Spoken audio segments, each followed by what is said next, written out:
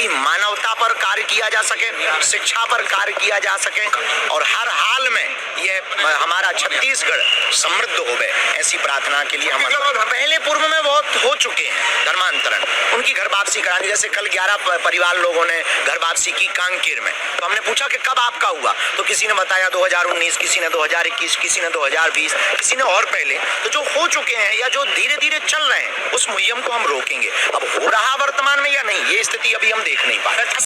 छत्तीसगढ़िया सबले बढ़िया, ये कहा जाता है छत्तीसगढ़ के भोले भाले व्यक्ति के लिए जो प्रकृति की तरह सरल है, सहज है। मगर पिछले कुछ दशकों में इस धरती पर एक युद्ध चल रहा है, सनातन संस्कृति और धर्म विरोधी शक्तियों का युद्ध। युद्ध में अभी तक छत्तीसगढ़िया बेबस था, निर्बल था। मगर अब ऐसा नहीं रहा, अब तस्वीर बदल रही है।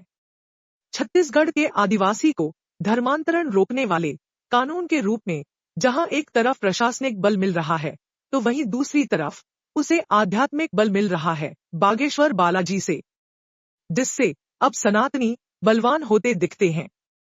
हालांकि बागेश्वर धाम के अतिरिक्त भी कई साधु संतों ने संघर्ष करते हुए सनातन की ज्योत जगाए रखी है। मगर बागेश्वर महाराज पर श्री राम की कुछ ऐसी कृपा है कि उनका साथ मिलते ही ये ज्योति अब ज्वाला में बदलने लगी है। मगर ये अभी आरंभ है, अभी संघर्ष बहुत लंबा है। हालांकि जिस तरह के दृश्य दिखने लगे हैं उससे लग रहा है कि विजय सनातन की निश्चित है। क्या है ये पूरा माजरा? आखिर छत्तीसगढ़ की धरती से कौन से खतरे की बात कर रहे हैं पंडित धीरेन्द्र शास्त्री महाराज? जानने के लिए वीडियो को ध्यान से आखिरी तक देखें और समझें कि आखिर अब तक वहां चल क्या रहा था। भारत में धर्मांतरण में सबसे ज्यादा खतरा बस्तर क्षेत्र को है, इसलिए आगामी समय में हम जसपुर में कथा करने वाले हैं। सेकेंड जो एशिया की चर्च है उसके ठीक सामने हम कथा करने के लिए जसपुर जा रहे हैं। बिलासपुर वालों को धन्यवाद। भारत हिंदू राष्ट्र बनकर रहेगा, हमने प्लान बना दिया है। संतों का कमंडल, बागेश्वर धाम का मंदिर हिंदू राष्ट्र।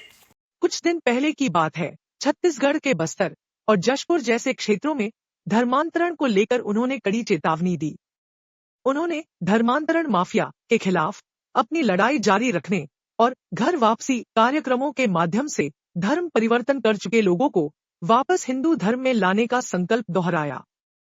रायपुर में एक दिव्य दरबार के दौरान उन्होंने कहा कि जातिवाद, अमीरी गरीबी और गुलामी की मानसिकता सनातन धर्म की सबसे बड़ी कमजोरी है।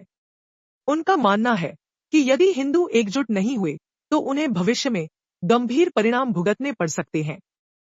यह बात बिल्कुल सही है कि छत्तीसगढ़ का आदमी बहुत सीधा है, शांत है। यहाँ बाकी पड़ोसी राज्यों की तरह सांप्रदायिक उन्माद और जातिगत उन्माद कभी नहीं रहा। छत्तीसगढ़ वनोपज से आच्छादित है। यहाँ के लोग मेहनतकश हैं, सीधे हैं, सरल हैं। यह बाबा घासीदास, कबीर और आदिवासी परंपरा की धरती है, जहाँ जातियों का टकराव कभी नहीं रहा। प्रकृति और ब्रह्मा जैसी दिनचर्या यहाँ के जीवन का हिस्सा रही है। ऋषि मुनियों की धरती है ये। महर्षि विश्वामित्र यही भगवान श्री राम और लक्ष्मण जी को अपने साथ लाए थे। लेकिन हाल के दिनों में जो कुछ घटनाएं सामने आई हैं, वो संकेत दे रही हैं कि यह शांति ऊपरी है, अंदर युद्ध चल रहा है। संस्कृतियों का युद्ध, धर्मांतरण का बड़ा षड्यंत्र चल रहा है, जिसकी तरफ बागेश्वर बालाजी संकेत कर रहे हैं। उदाहरण के लिए बात करें कांकेर की घटना की। कांकेर के बड़े तौड़ा गांव में एक धर्मांतरित आदिवासी के शव के दफनाने को लेकर जो हिंसा हुई, वह केवल एक धार्मिक रस्म का विवाद नहीं है। यह सनातन आदिवासी बनाम धर्मांतरित आदिवासी का संघर्ष है। धर्मांतरित और गैर धर्मांतरित आदिवासी आमने सामने हैं। प्रार्थना स्थल जलाया गया, सरपंच का घर तोड़ा गया, पुलिस पर पत्थर चले और अफसर घायल हुए। यह बताता है कि मामला अब विस्फोटक होता जा रहा है। इसी तरह अगर बात करें बिलासपुर के विवाद की, तो वहां गुरु घासीदास जी की जयंती पर सामाजिक कार्यक्रम में बवाल हुआ। यह भी दिखाता है यह सब अचानक नहीं हो रहा है। छत्तीसगढ़ की राजनीति में धर्मांतरण का मुद्दा नया नहीं है। धर्मांतरण से हिंदुत्व के संघर्ष में बागेश्वर बाबा के आने से सनातनियों की हिम्मत बंधी है।